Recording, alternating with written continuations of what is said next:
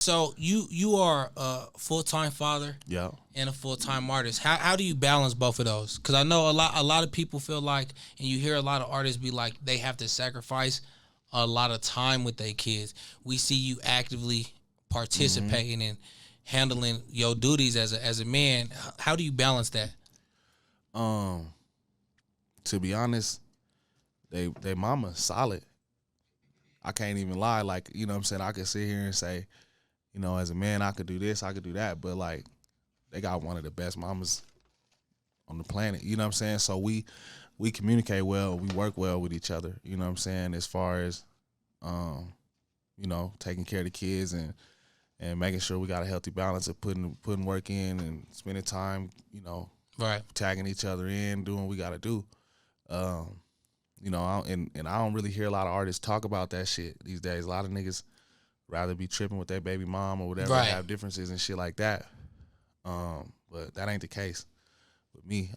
She always been solid. You know what I'm saying? So that plays a big part. But as far as I go, um, I I I, I feel like I don't put as much thought into it as it may seem. I just do what I'm supposed to do.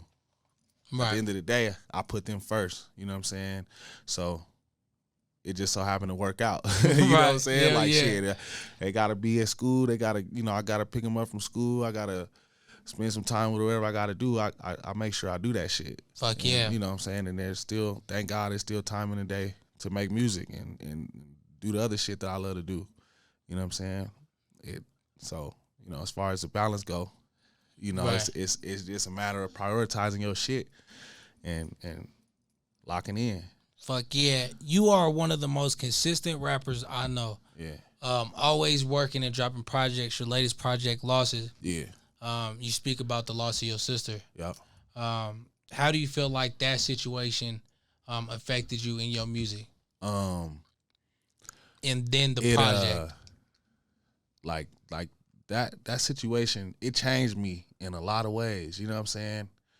It was hard to go through that shit, but at the same time, in a lot of ways, I feel like I came back to life after that shit because it was like you really figure out who you are. You know what I'm saying? When you stop drinking, smoking, popping pills and shit like that, and you really gotta face the person you are.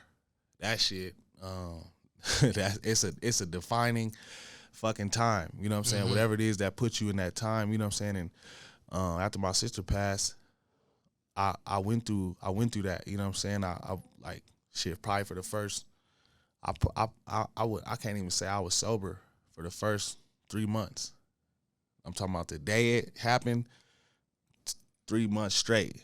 You know what I'm saying? And then one day I'm just like, I gotta get my shit right. You know what I'm saying? I gotta get my shit together. I gotta come back. I gotta bounce back from this. You know what I'm saying? Right. And shit, I figured out a way. You know what I'm saying? A lot of I think that you know, everybody got their religious beliefs and shit like that. But I think one lost tradition that people do, you know, no matter what culture you from, is a lot of motherfuckers don't talk to their ancestors. They don't talk to, you know, their loved ones that have passed and shit like that. And I can honestly say, man, I talked to my sister a lot, and I asked her to help me.